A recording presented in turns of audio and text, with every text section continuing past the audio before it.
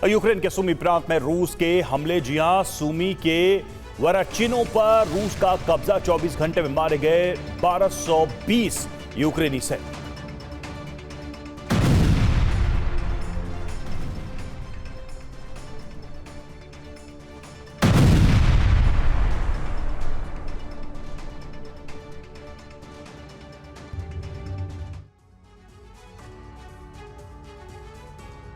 रूस चीन का गठबंधन अमेरिका के लिए चुनौती बन चुका है।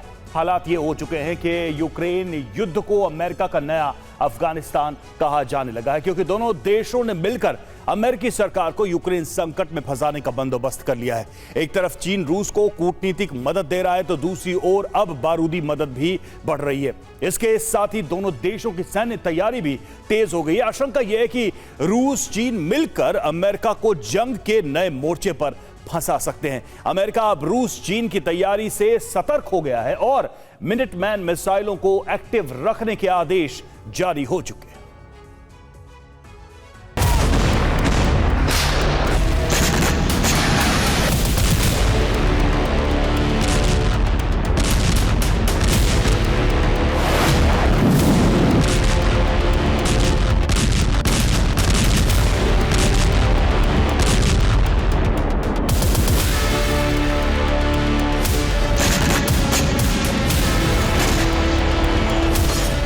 यूक्रेन को युद्ध के लिए तैयार करना और उससे बारूदी सप्लाई देना, इसके पीछे अमेरिका का मकसद रूसी ताकत को घटाकर उससे कमजोर बनाना था।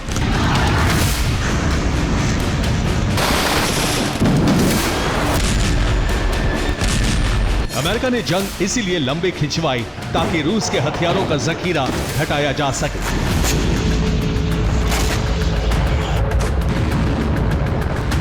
मिसाइलों के भंडार खाली किए जा सके,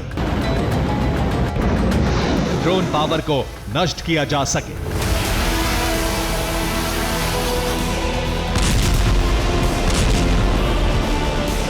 लेकिन अब अमेरिका बहुत जल्द युद्ध विराम चाहता है, क्योंकि उसकी इस रणनीति से रूस और ज्यादा मजबूत हो गया है। जरूरत के वक्त पर रूस के काम उसके मित्र देश आए और उसके हथियारों का जखीरा घटने के बजाय बढ़ता जा रहा है।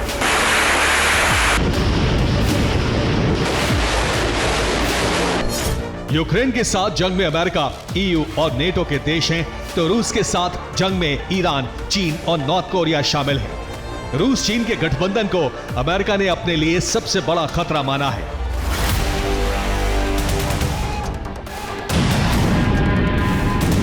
अमेरिकी राष्ट्रपति पर लगातार दबाव पड़ रहा है। उनके लिए फैसला लेने की घड़ी अब करीब आती जा रही है। अमेरिकी मीडिया में कहा जा रहा है कि यूक्रेन अमेरिका का नया अफगानिस्तान संकट बन सकता है।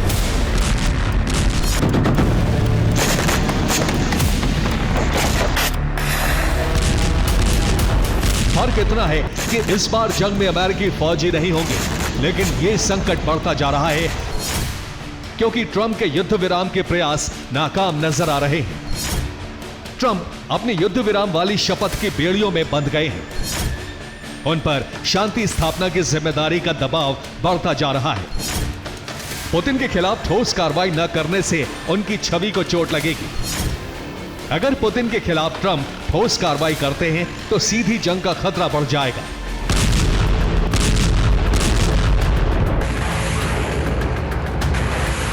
रूस से जंग का मतलब होगा सीधे सीधे चीन और ईरान के साथ जंग लड़ना, क्योंकि इस गठबंधन ने जंग में एक दूसरे का साथ देना तय कर लिया है।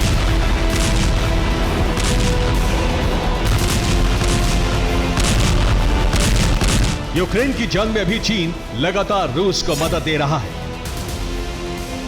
यूक्रेन की इंटेलिजेंस रिपोर्ट है कि रूस के कामिकाज़े और डिकॉय ड्रोन बन तो रूस में ही रहे हैं, लेकिन उनका एक एक पुर्जा चीन से आ रहा है।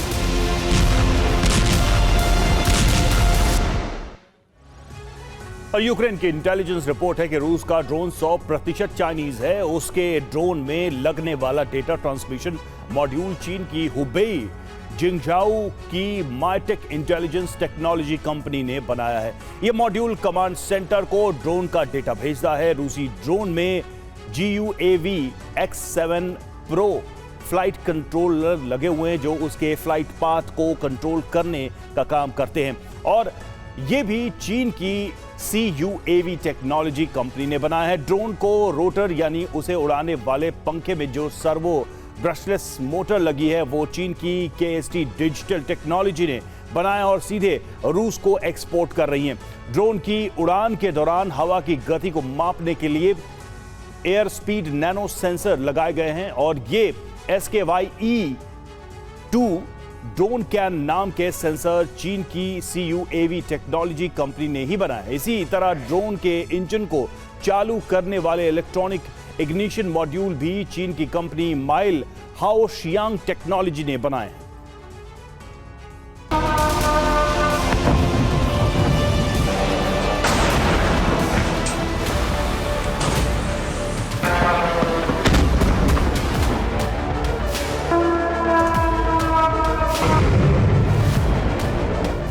अमेरिका ने रूस पर कड़े प्रतिबंध लगाए ताकि उसके हथियारों का बंदोबस्त न हो सके, लेकिन चीन ने अमेरिका के वर्चस्व को चुनौती देने के लिए ड्रोन के पुर्जे सप्लाई किए।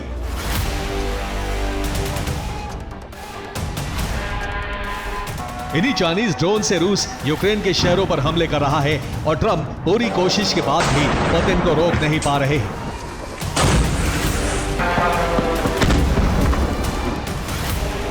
अब चीन और रूस ने अपनी सैन्य गतिविधियां तेज कर दी हैं। रूस ने अपनी नौसेना का सबसे बड़ा युद्धाभ्यास शुरू कर दिया है।